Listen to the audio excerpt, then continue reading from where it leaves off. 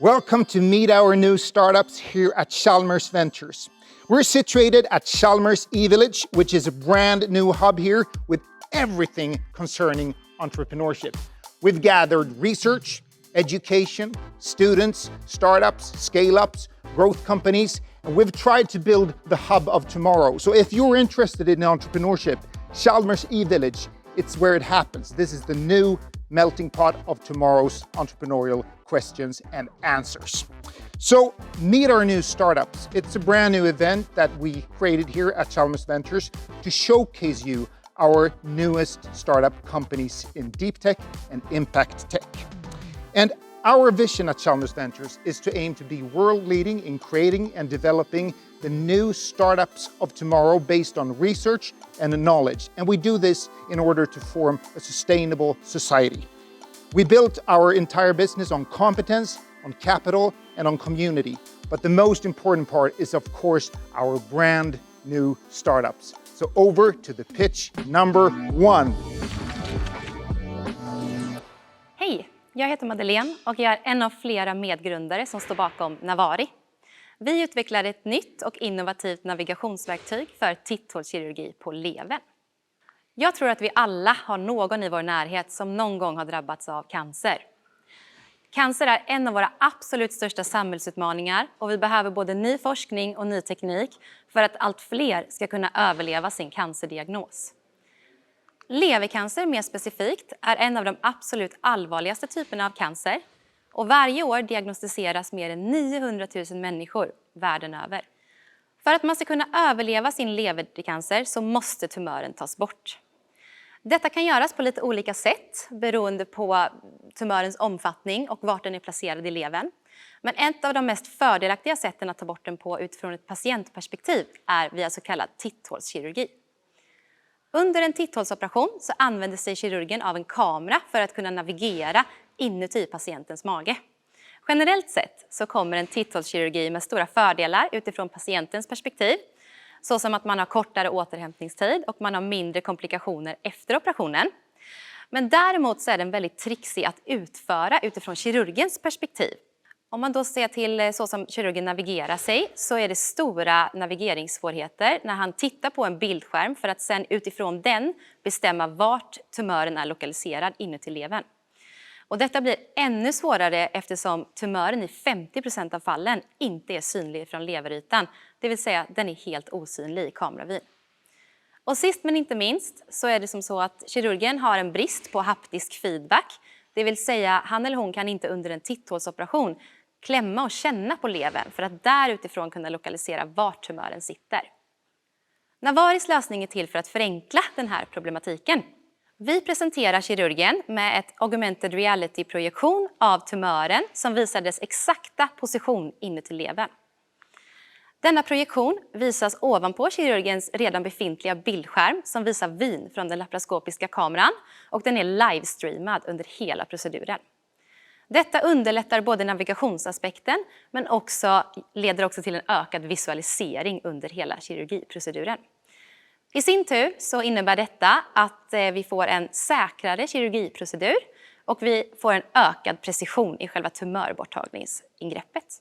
Navaris lösning leder inte till värde för bara en målgrupp utan till flertalet olika. Om man kollar utifrån kirurgernas perspektiv så leder detta till att de får en förenklad procedur med ökad visualisering och förenklad navigering under själva ingreppet. Från ett patientperspektiv så innebär detta att andelen laparoskopiska operationer kan öka som en följd av vår navigeringsteknik.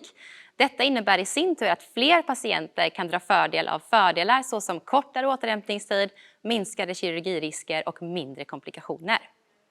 Slutligen så skapar vi såklart även värde för våra kunder, det vill säga sjukhusen. Eftersom varje inlagd patient kommer att stanna en kortare tid på sjukhuset så leder detta till stora kostnadsbesparingar årligen för varje sjukhus. Dessutom så leder detta i sin tur till en ökad kapacitet där allt fler patienter kan behandlas årligen. Bakom Navari står ett blandat team med kompetenser inom både affärsutveckling, produktutveckling och leverkirurgi. Idén grundar sig i att våra kirurger i teamet, Niklas och Mårten, själva har identifierat problematiken med att identifiera cancertumörer under titthålsoperationer på levern. Därefter så har övriga medlemmar i teamet tillkommit i olika steg där vi tillsammans har tagit detta från ett forskningsprojekt till ett företag. Idag arbetar vi mot visionen att ta en produkt till marknaden som verkligen fungerar på en global skala. Om ni vill följa vår resa så får ni jättegärna göra det och ni hittar oss enklast via LinkedIn under namnet Navari. Om ni vill veta mer om produkten eller om ni bara vill dela med er av värdefulla insikter så tar vi gärna del av det och det är bara att höra av sig så pratar vi vidare därifrån. Tack!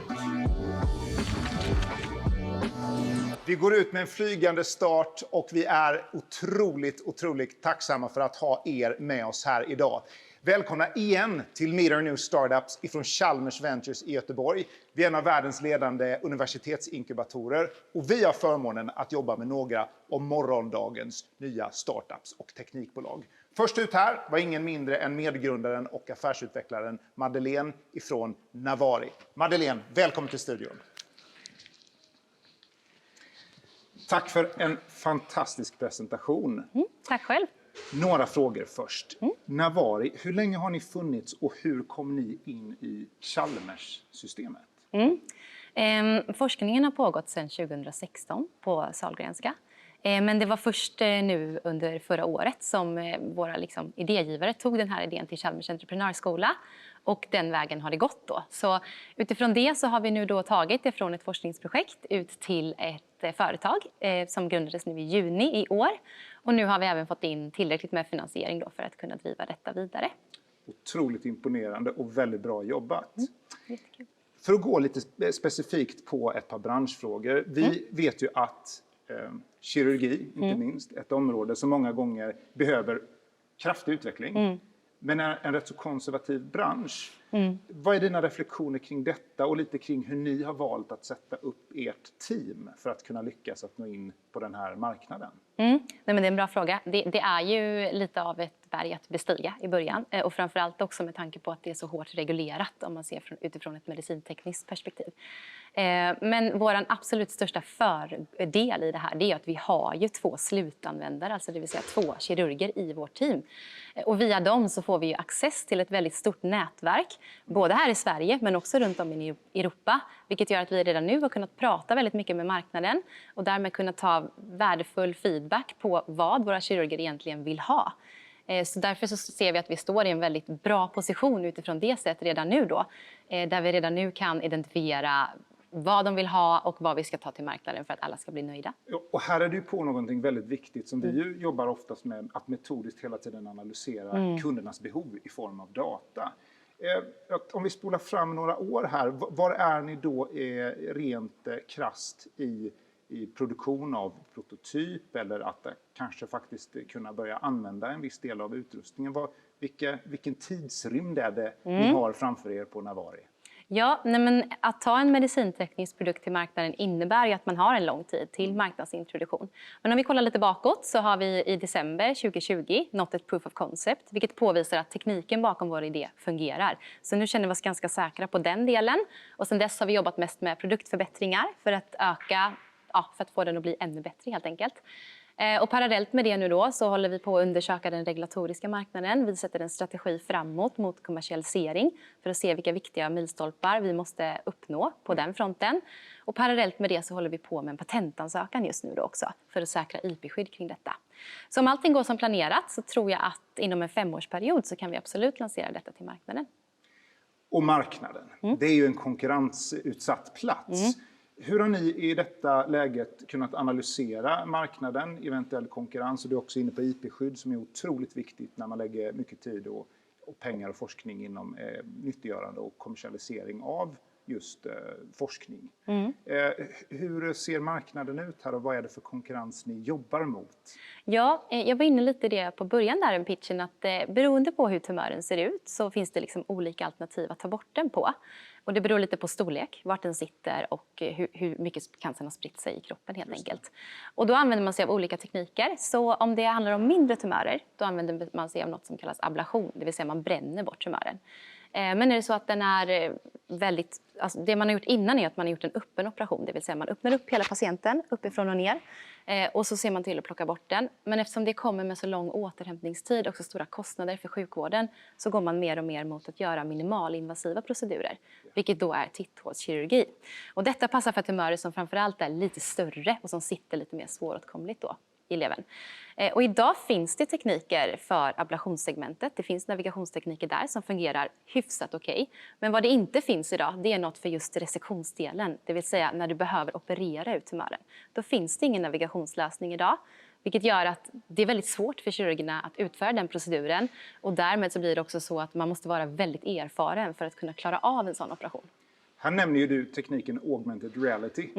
Och jag gissar att den bildar ett ytterligare lager av en möjlighet då att vara mer liksom, precise och pinpointad i detta.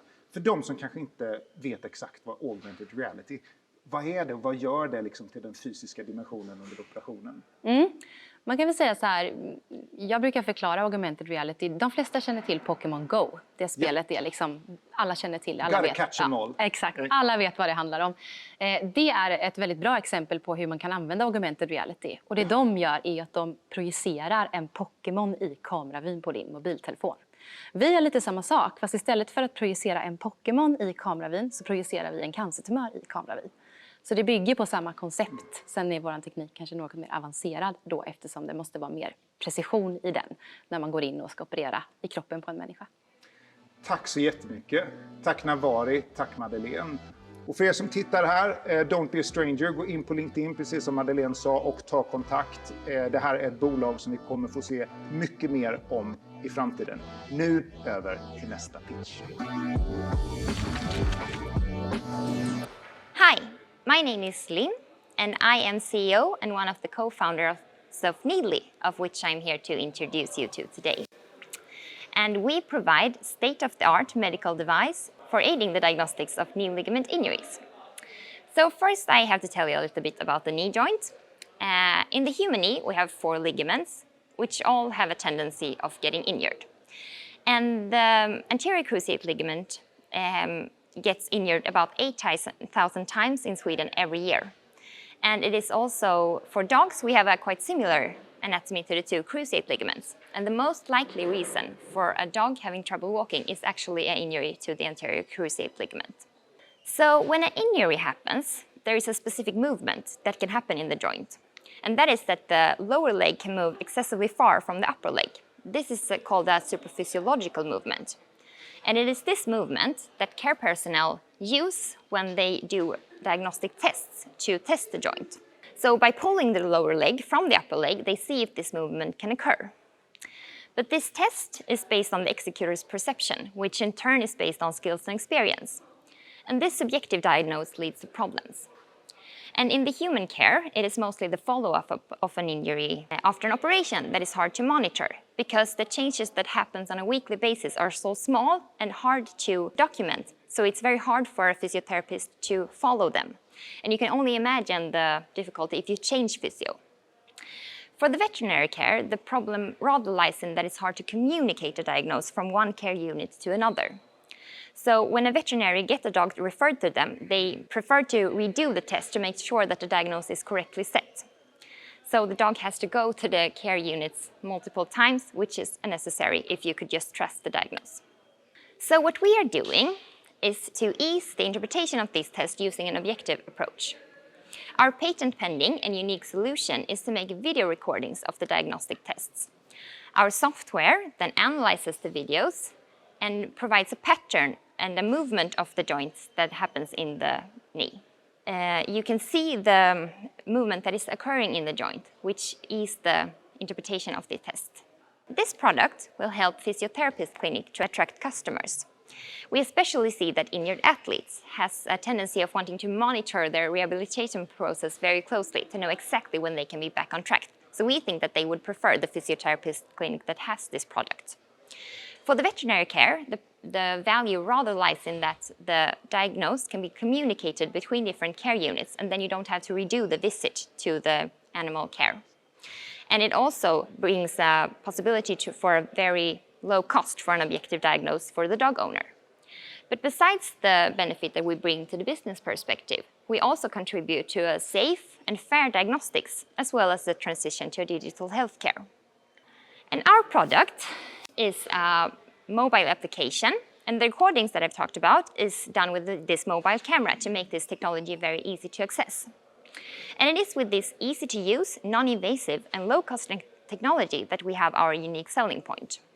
So the Kneedly solution will probably not be exchanged for an MRI or arthroscopy, but what we do is enable a possibility of doing this test with an objective approach for an athlete every week and for every dog that have trouble walking. And I could go on about Kneedly for a long time, but I think this covers the first part of what I want to say. We provide state-of-the-art digital solution aiding the diagnostics of knee ligament injuries. And we are always looking for new ways to evolve, so if you think you know how we can do better, if you want to support our journey or simply know more about our solution, please contact us. Thank you. Thank you so much, Lynn, CEO and co-founder of Kneedly. So please come and have a seat and join me here at our little fireside chat. Thank you. And I just want to start out with thanking you for a great presentation. Thank you. Every one of us that's ever had, a knee injury knows how tricky an injured knee can be in the everyday life.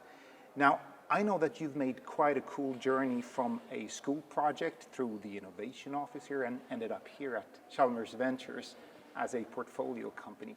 Could you just give us a little tour of history of how you ended up here at Chalmers Ventures? Yes, so this started as a school project, and we were trying to find different solutions for this problem, and then we ended up with this one, and we thought, well, this is a really good idea. And then we got the possibility to further work on this via the innovation office to evaluate the market and see how we could do better.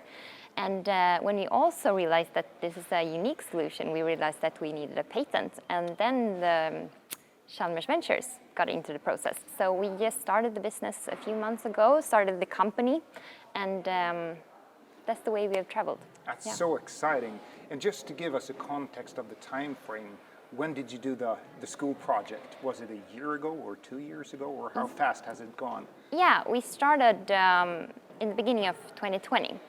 So it was during that semester that we did the school project, and then during the last year we have trying to come up with a way to put this on the market, and that's the journey we've done. And speaking about the market, with this you have a patent pending, right? Yes. So what kind of competition do you see right now out on the markets? Yeah, well, as I said, it depends a little bit on how you look at it, because as I said, we have the MRI and arthroscopy that really see the sensitivity and can really look into this very closely. But we are trying to do this easy, accessible technology that you can use on an everyday basis. And there has been some attempt at this before. We have an application that has been used before, but it's not used within the Swedish healthcare. Okay. But that application is only looking at one of the ligaments. We are looking at all four. So we think that it's a little bit too much effort to use it if it's only for one ligament. And then we also have a big apparatus that you can attach to the knee and put pressure on, see how much the leg can move from each other. But it's also too complicated to use. And this is within the human care. So we think that when we have this easy technology, and then when we can assess all four ligaments, we have a benefit. And in veterinary care, we haven't really seen this before. So we are excited to approach that market as well. Because that's kind of unique, right, to offer this both for physiotherapists as well as for veterinarians and have that kind of broad scope of the technology. Yeah, well, we started out at the human care, but as we developed this, we saw that there are lots of regulatory requirements to fulfill. So this is something that we are working on very much right now to obtain a CE mark. So for the European Union, there are very specific requirements that you have to follow for both the process of developing the technique and for the processes within the business. So we have now found out that also the dog has quite similar technology, and we have tested this on a few dogs and it's working really well. So we see this as a market to approach first so that we can get our business up and running, so that we can also do the regulatory work that we have to reach our final goal of doing this for the physiotherapists. Right, and dogs and canine, that's a big market. Yeah. Both here and globally. Yeah, and it's working really well, so we are excited. And When I look at your team, we find titles as a professor in orthopedic surgery. Yeah. How does that affect, how you work and how close you can get to the customers and the market? Yeah, we were so lucky with this project that we had in school because they were the supervisors. So we had one orthopedic, we have a physio, and we also have an associate professor in solid mechanics. So with this interdisciplinary competence, we combine the areas that we must combine to come up with this kind of method. And then in the team we also have me and Alice that work with Kneedly on an everyday basis. And we are both studying biomedical engineering, so we have a real interest in how you can combine technology and medicine. So I think that the 5 of us really have different competences and driving forces, but the same goal, and I think that's our main strength. And as a last question, what are you working on right now? Yes, now me and Alice, we're doing our master thesis, so we are looking into how we can use AI to look at these damage maps that I showed you before. And we are also right now starting up a clinical trial in collaboration with the physiotherapist clinic, Sport Rehab, here in Gothenburg. So their physiotherapists will test this on their patient that wants to be a part of the study. We're also looking for a similar collaboration with a veterinarian clinic so we can further look into how it's working on the dogs. And we're also working a lot with the regulatory requirements to make sure that every work that we do right now is useful for the future. Wow, that sounds great. You have a lot of great stuff ahead of you. Yeah. So thank you, Lynn. And for everybody watching, this is just the first steps for this new portfolio company, and for the 8,000 plus people having knee injuries and the animals, this will be a huge improvement for future healthcare. So on to pitch number 3. Hello, my name's Lucas. I'm the CEO and co-founder of Radchat. Our invention proactively deletes radar interference through a fast, reliable communication method. This is the team behind the invention. You can see from the left, Hank, me, Shannon, and Simon. Hank is world leading within wireless communication and localization, and Shannon is equally good at wireless ad hoc protocols. And Simon has the unique knowledge of hardware and software implementation. The problem that we solve is radar interference, and radar interference can cause both false negatives and false positives.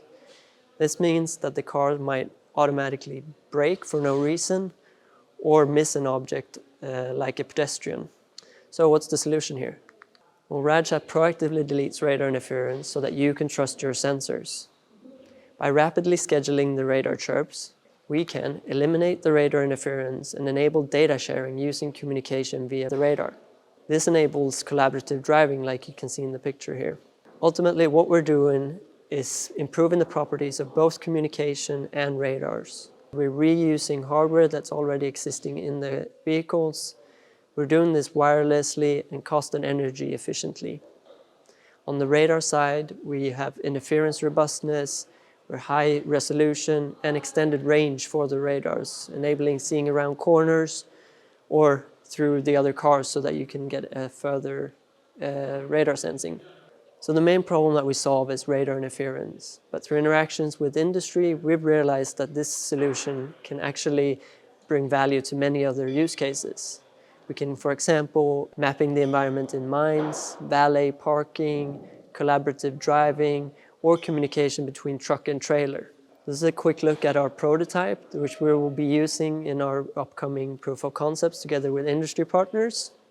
And in the past, we've had collaborations with Volvo Cars and Veoneer looking at solutions for radar interference.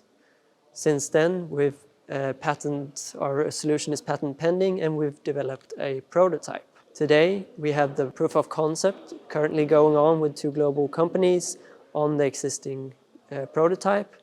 And in the future, we hope to develop a plug-in solution where we can further test our software solutions on top of. In the future, we hope to deliver software solutions on top of an integrated single chip version. So in the last few months, Radchat has experienced a lot of traction and growth.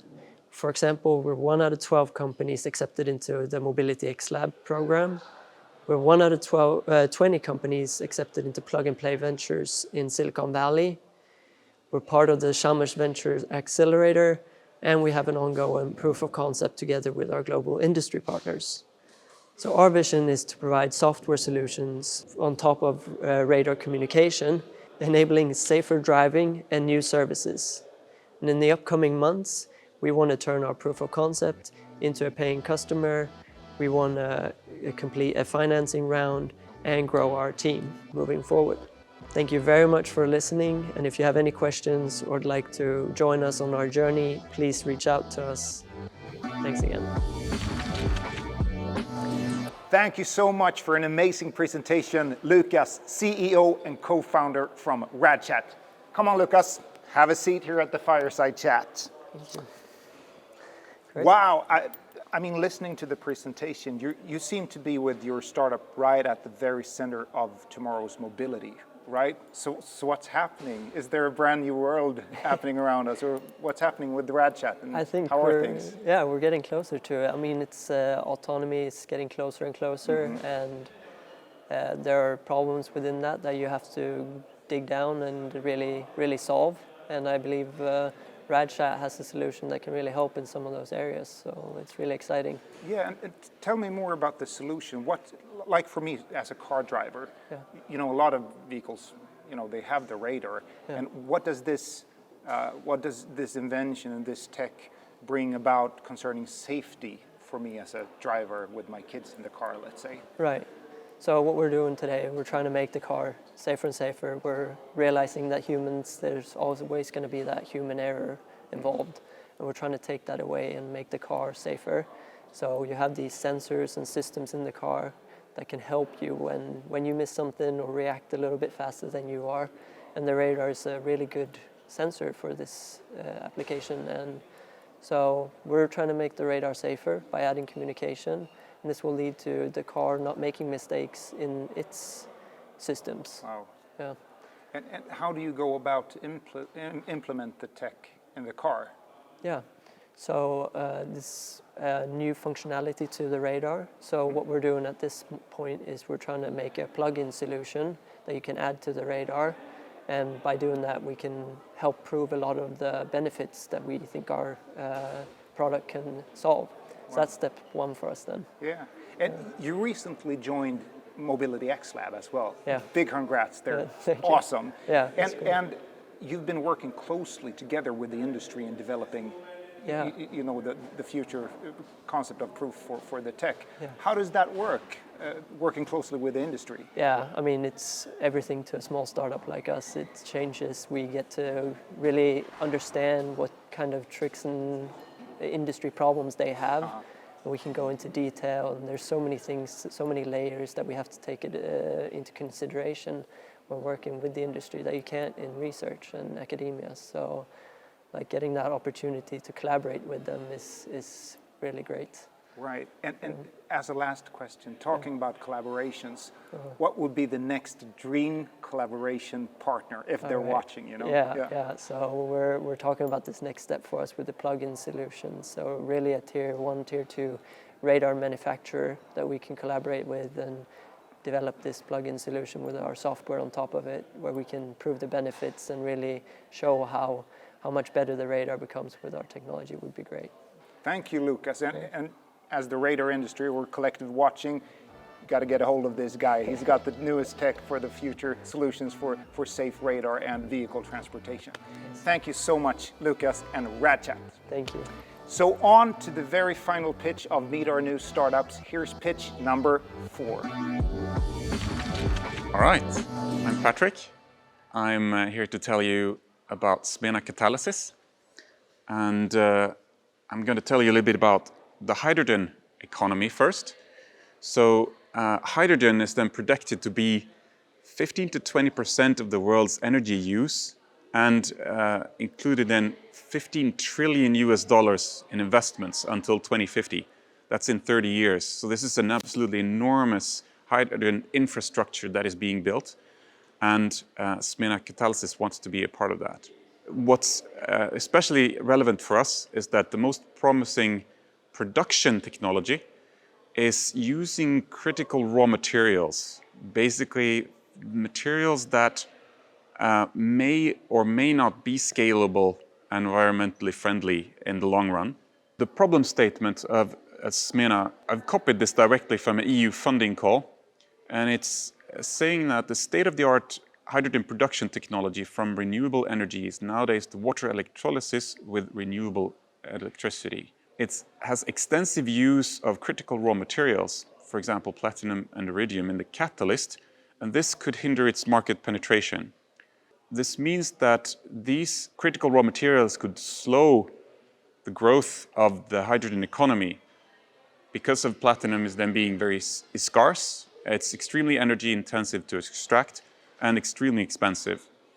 So Smena Catalysis is proposing to replace this with a new material derived from a cheap and abundant mineral. We at Smena Catalysis consist of Timur Shigai, who's the professor and the founder up at physics at Chalmers, and myself, Patrick Bjorn, business development. And I'm on my 6th Chalmers startup, and I'm hoping, of course, to make Smena Catalysis the most successful one so far. We are also teaming up with Alexander, who's a postdoc up with Timur Shigai up at Chalmers, who's working directly with the catalysis track within Smena, as well as Anna Maria Popescu at Chalmers Ventures. So our innovation, it's about converting an inert and natural $5 a kilo mineral into a material of the future. So we're transforming this rock, molybdenite. It's actually mined, taken from a mine, an actual mine. It's even mined here in Sweden, and creating the Smena material. We call it molybdenix. And it has unique properties in that it has very specific edges with increased catalytic activity, and specifically for hydrogen. It also has more material properties in that it's thin, strong, and flexible, much like graphene, but it's also then green, natural, and scalable, as opposed to graphene being a synthetic material. So the innovation in a little bit more detail, it's a patented process creating these holes with all these edges in this 2D material. It's a natural raw material, but it's also a sustainable production process. And we're taking the flat 2D material to the left and creating hexagonal holes then with perfect edges inside it. This can then be used in a number of areas. So the unique properties enables then the first focus, catalysis, and it's because of all these edge sites, specifically for hydrogen. It's got a large surface area which makes it very useful then for hydrogen production. Because it has very specific interaction with hydrogen, it could also be used as a hydrogen sensor. So this is an area we're also exploring at the moment. Biosensors could potentially be used as well because it's high affinity to sulfur, and potentially could be used as a membrane because we can actually control the size of the holes, which means that we can control the penetrability of what we're going to possibly then filter out. We are firstly focusing on this material as a catalyst for green hydrogen production, and the catalyst on one of the electrodes is then a key component for the production of hydrogen. It determines the efficiency, basically, of the electrolysis of water, and is of course an advantage if it's scalable, efficient, cheap, environmentally friendly. So we have this unique material. We know it's cheaper than a lot of this. This is really cheap material. It's scalable. It's an abundant resource. It's sustainable because it's simple and non-toxic material, and it's efficient.